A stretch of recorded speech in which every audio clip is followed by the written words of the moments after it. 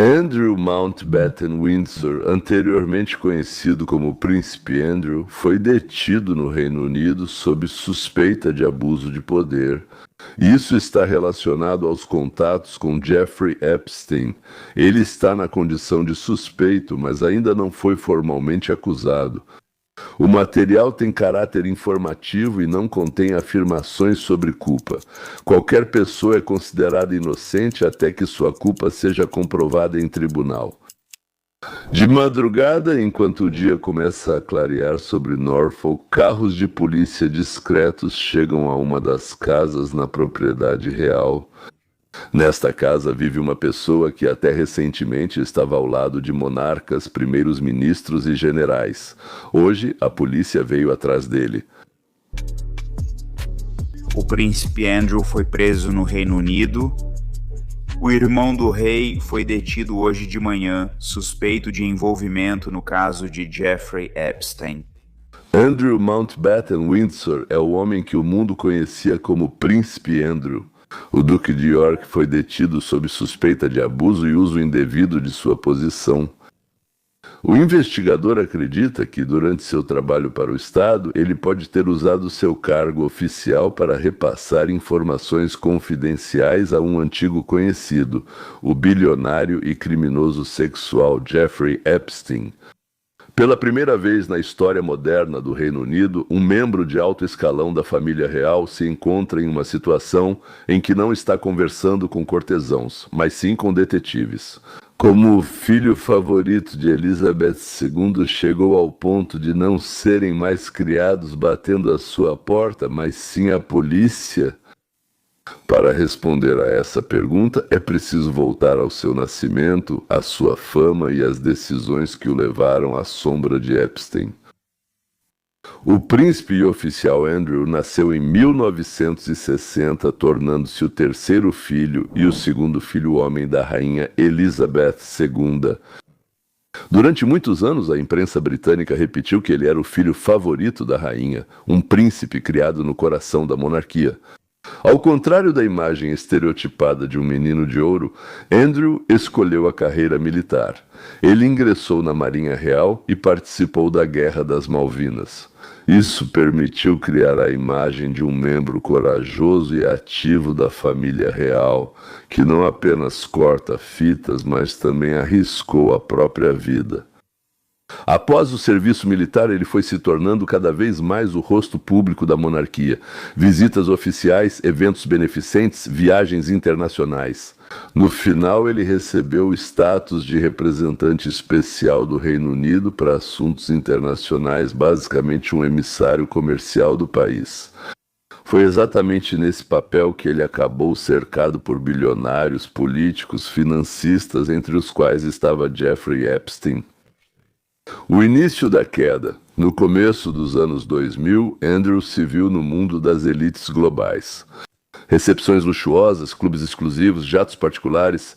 Nesse mundo também circulava Jeffrey Epstein, um financista rico que parecia o contato perfeito para alguém promovendo os interesses econômicos britânicos. Mas com o tempo começaram a surgir detalhes sobre Epstein. Mulheres o acusavam de exploração sexual, tráfico de pessoas, de criar uma rede onde meninas menores de idade eram fornecidas para os ricos e poderosos. Nesse contexto, os laços do príncipe Andrew com Epstein passaram de incômodos a tóxicos. Fotos em que eles aparecem juntos, descansando, passeando no Central Park, tornam-se motivo de escândalo no Reino Unido.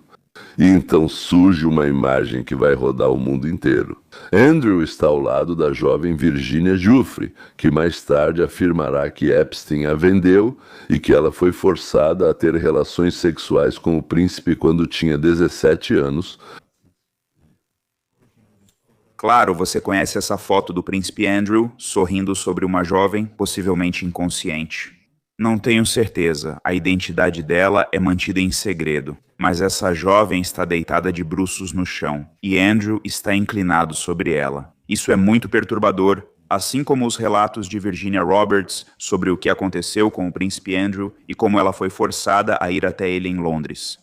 Eu era muito jovem. Ghislaine me acordou de manhã e disse: "Hoje você vai encontrar o príncipe." Naquela época, eu ainda não sabia que seria vendida para esse príncipe. E então, naquela mesma noite, o príncipe Andrew foi até a casa dela, em Londres, e nós fomos ao Clube Tramp. O príncipe Andrew me deu bebida alcoólica. Isso foi na área VIP, tenho quase certeza de que era vodka. O príncipe Andrew disse: "Vamos dançar juntos." E eu respondi: "Tudo bem." Então, saímos do Clube Tramp e eu entrei no carro junto com Ghislaine e Jeffrey. Então ela disse: "Ele vai voltar. Eu quero que você faça por ele o que você faz para Epstein." Eu simplesmente não conseguia acreditar nisso, não conseguia acreditar que até a família real estava envolvida. Andrew negou categoricamente essas acusações, mas a opinião pública já não estava do lado dele. Em 2019, ele decide fazer algo que, segundo ele esperava, limparia seu nome. Ele concede uma grande e franca entrevista à BBC, mas em vez de se defender, essa entrevista se transforma em uma catástrofe. Suas tentativas de explicar suas ações com detalhes estranhos parecem para muitos espectadores no mínimo pouco convincentes e até mesmo ridículas. Após a transmissão, a pressão sobre a família real se torna insuportável. Um dos aliados mais próximos da família real, esse homem se chama John Bryan, ele foi conselheiro pessoal do príncipe Andrew. Agora ele fala para uma câmera escondida. Serviu na marinha. 250 dias ele nunca viu o mar de verdade. Fiquei furioso porque ele mentiu para mim. Sobre quem mentiu Epstein, então eu fiz uma declaração bombástica no Daily Mail, onde afirmei que confiava em Andrew, mas depois descobri que ela mentiu. Mas qual foi a mentira? Você diz que ele esteve com garotas menores de idade, isso não é nada legal. Que ele seduziu meninas menores de idade, isso não é legal. Esse homem, importante conselheiro do príncipe Andrew, conhece todos os segredos obscuros da família real e revela toda a verdade. Como resultado, Andrew anuncia que se afasta das funções públicas por tempo indeterminado e depois vem o processo civil de Virginia Giuffre. As partes chegam a um acordo extrajudicial de vários milhões. Oficialmente ele não admite culpa, mas concorda com o pagamento, continuando a negar as acusações de crimes sexuais. Para o público, sua reputação está de fato destruída, com a perda dos títulos e o banimento da vida pública. Após o escândalo judicial, o papel de Andrew na família real diminui rapidamente. Ele desaparece da agenda oficial e quase não aparece em eventos públicos. Com o tempo fica claro que a presença dele ao lado do rei e dos herdeiros do trono representa um risco para a reputação. Em 2025, sob a pressão crescente do público e da imprensa, o rei Charles III toma uma medida sem precedentes. Andrew, seu irmão mais novo, é destituído dos títulos honorários restantes. Ele perde não apenas os títulos militares, mas também o patrocínio de organizações. Mas o principal, ele perde o próprio status, o título de Sua Alteza Real e até mesmo o título de Duque de York. Basicamente, uma pessoa que nasceu príncipe oficialmente deixa de ser príncipe na vida pública. Juridicamente, é claro, ele continua sendo membro da família, mas aos olhos do Estado e da sociedade torna-se um cidadão comum. Andrew Mountbatten Windsor. Poderia parecer que aqui termina a história. Sua queda deveria ter terminado, mas do outro lado do Atlântico, uma nova onda de acontecimentos estava se formando. Arquivos de Epstein, nova investigação, início de 2026. Autoridades e tribunais dos Estados Unidos publicam uma enorme quantidade de documentos sobre o caso Epstein. E-mails, cronogramas de voos, memorandos internos, listas de convidados, relatórios. Esse conjunto, esses arquivos são chamados de arquivos de Epstein. Jornalistas, ativistas e advogados começam a analisar cuidadosamente cada pedaço desse quebra-cabeça. Entre esses e muitos episódios citados, o nome de Andrew volta a aparecer, mas desta vez não se trata de sua vida pessoal, nem de visitas privadas, e sim de seu papel oficial como representante especial para comércio e investimentos do Império Britânico da Coroa Britânica. Em alguns documentos, há menções de que, em 2010, Andrew, ocupando o cargo de representante comercial, compartilhava com Epstein o conteúdo de suas viagens a vários países. Falamos de viagens à Ásia, como Vietnã, Singapura e outros destinos. Os documentos descrevem seus encontros, discussões sobre oportunidades de investimento e avaliação de perspectivas econômicas. Parte desses materiais, segundo fontes, poderia ter caráter confidencial. Em uma das anotações é mencionado que a opinião de Epstein foi solicitada sobre potenciais projetos de investimento, incluindo regiões sensíveis como a província de Helmand. No Afeganistão, onde havia combates, estavam presentes tropas da OTAN. Se tudo isso for confirmado, surge a questão: será que o representante oficial dos interesses britânicos não se tornou um consultor informal para um financista privado, já naquela época envolvido em escândalos? É exatamente neste ponto que a história deixa de ser apenas um escândalo real e pode se transformar em um caso criminal. No Reino Unido existe um crime grave chamado abuso de cargo público. Basicamente, é uma situação em que uma pessoa que ocupa um cargo público usa conscientemente seus poderes contra o interesse público, causando dano ou minando seriamente a confiança na instituição. Para casos graves desse crime, a lei prevê penas de prisão bastante severas. À medida que detalhes dos arquivos de Epstein vazam para a imprensa, ativistas e advogados começam a fazer perguntas incômodas.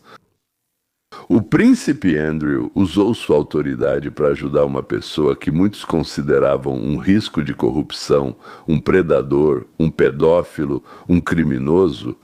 Se sim, por que isso ainda não se tornou alvo de uma investigação criminal completa? A prisão é um dia que entrará para a história em 19 de fevereiro de 2026. A polícia informa que um homem de pouco mais de 60 anos de Norfolk foi detido sob suspeita de abuso de poder no cargo. Simultaneamente, estão sendo realizadas buscas em vários endereços, incluindo locais em Gloucestershire e Norfolk. No comunicado oficial, o nome não é mencionado, mas bastaram poucos minutos para os jornalistas descobrirem que se trata do ex-príncipe Andrew. As palavras ex-príncipe detido surgem nas manchetes dos principais veículos de comunicação mundial. Comentaristas chamam o que está acontecendo de um momento que muitos não acreditavam que veriam. É simbólico também que tudo isso esteja acontecendo no dia do seu 66º aniversário. Antes, seu aniversário era comemorado com salvas de canhão, felicitações oficiais, publicações e festas palacianas. Agora, esse dia é marcado por uma visita da polícia e pelo status de suspeito. É importante notar que, neste estágio, ele ainda não foi formalmente acusado. A detenção por suspeita não é sentença nem início de julgamento. Esta é a fase em que a pessoa se compromete a responder às perguntas do investigador, pode ser interrogada sob gravação e seus documentos e dispositivos podem ser apreendidos. Depois disso, a polícia e a promotoria decidem se há provas suficientes para abrir um processo criminal e apresentar uma acusação. É importante destacar separadamente que não se trata de crimes sexuais. Apesar das acusações de muitos anos ligadas à rede de Epstein, a investigação atual no Reino Unido está focada em seu possível abuso de cargo oficial, no que ele poderia ter feito como representante do Estado. Todas as acusações de crimes sexuais ele continua negando, e neste caso específico não se trata delas. Advogados alertam que casos desse tipo são extremamente complexos. Não basta provar que o funcionário agiu de forma imprudente ou sem visão de futuro, é necessário mostrar que ele violou conscientemente e gravemente seus deveres, sabendo que estava agindo contra os interesses públicos. Isso é realmente muito difícil de provar. Isso significa meses ou até anos analisando cartas, relatórios, depoimentos e dados. Um golpe para a monarquia e para a confiança pública. Para a monarquia britânica, este é mais um golpe, mas um golpe especialmente doloroso. Nos últimos anos, a família real já vinha sendo pressionada. Questões sobre o custo da monarquia, um casamento fracassado, para dizer o mínimo, de um dos filhos, o filho mais novo do atual monarca, e, portanto, a relevância da monarquia, transparência e responsabilidade. Cada vez mais altas são as vozes daqueles que acham que eles devem ser expulsos sem piedade. Em outros tempos, Andrew fazia parte da vitrine da monarquia, príncipe militar, representante do país no exterior. Agora, seu nome está associado a Epstein, com processos judiciais e detenções policiais. Isso prejudica não só a reputação pessoal, mas também a imagem de todo o sistema que permitiu que isso acontecesse durante anos. O rei e seus herdeiros enfrentam perguntas muito desconfortáveis. O que exatamente o palácio sabia? Quem o monitorava de perto enquanto ele atuava como representante comercial? Por que seus contatos com Epstein não foram interrompidos a tempo? Apesar dos sinais de alerta que já haviam sido dados, a sociedade se dividiu. Alguns acham que a prisão é um sinal de que a era da impunidade acabou. O ex-príncipe pode acabar se tornando um suspeito. Outros veem nisso uma ameaça à imagem nacional e à estabilidade do fundamento simbólico sobre o qual se apoia a monarquia britânica. O que vem a seguir? Agora, o futuro de Andrew é uma questão em aberto. Os investigadores continuam analisando documentos, reconstruindo seus contatos, rotas de viagem, o conteúdo de cartas e conversas. Nos próximos meses, o Ministério Público terá que decidir se há provas suficientes para acusá-lo formalmente de má conduta em cargo público. Se sim, o mundo pode testemunhar um processo totalmente sem precedentes, quando uma pessoa que recentemente ostentava o título de príncipe acabar no banco dos réus. Isso pode ser um ponto de virada em um escândalo enorme que, na minha opinião, representa uma ameaça existencial à própria monarquia. Acho que o mais importante no que Piers Morgan disse ali é a ameaça existencial. Eu não ficaria chocada, Harris, de ver o rei Charles tendo que abdicar do trono por causa disso. Quando você mencionou aquela pesquisa, ela estava correta, mas era muito importante destacar a data, que foi outubro-novembro do ano passado. Agora, a pesquisa mostra que cerca de 28% do público britânico aprova a forma como a família real está lidando com isso. Digo que o príncipe William defende tolerância zero. Antes tarde do que nunca. Isso é para o rei Charles, mas ele finalmente está tomando medidas decisivas para preservar a família real. Não se trata apenas desse problema atual, é sobre quem sabia o que e quando. Lembre-se, por exemplo, obviamente, do presidente Nixon. O que o arruinou foi o fato de que ele sabia sobre isso e tentou encobrir. Então, quem sabia o que e quando? E pense em todos esses detetives, pense que o príncipe Andrew, naquela época, quem ele era naquela época, fazia com que essas jovens mulheres fossem levadas, basicamente, para o castelo de Windsor, para o palácio de Buckingham. E davam a elas o nome de Michael Windsor. Estava nos portões, então os seguranças e a polícia sabiam. Muitas denúncias foram feitas, mas rejeitadas e ignoradas. E o que estamos vendo agora com esse abuso de poder me lembra mais o Al Capone. Lembra de todos aqueles corpos, Harris? Mas foi justamente a sonegação de impostos que acabou levando ele para a cadeia. Acho que você verá Andrew e, devido à saúde, o rei Charles sendo presos. Para o público britânico, tudo dependerá das pesquisas. Ele pode abdicar do trono por isso, já que o príncipe William sempre foi firme contra isso e queria mantê-lo longe de Windsor, levando ao exílio do Royal Lodge. Os ingleses dizem que a ameaça à própria existência da monarquia britânica é real. Se antes cerca de 1/3 da população achava que não precisava pagar, como eles diziam, por palhaços em trajes históricos, agora esse número está se aproximando de 50%. Talvez realmente vejamos a saída do atual rei e a chegada de seu filho, que tentará corrigir a situação com medidas rigorosas. Para mim e para muitas pessoas envolvidas no caso Epstein, a prisão de Andrew, pelo menos, é uma virada simbólica. Pela primeira vez, alguém com esse nível de status e privilégios não está apenas dando entrevistas e fazendo acordos secretos, mas está sentado em uma delegacia e respondendo às perguntas de um investigador. Antes ele era apresentado como Sua Alteza Real, e hoje ele é uma pessoa cujo destino não depende de decretos reais, mas do andamento de uma investigação criminal. Se a história dele continuará sendo um exemplo de justiça tardia, mas ainda assim realizada, ou se será mais um caso em que a verdade se perde em acordos e política, só o tempo dirá. O material tem caráter informativo e não contém afirmações sobre culpa. Qualquer pessoa é considerada inocente até que sua culpa seja comprovada por um tribunal.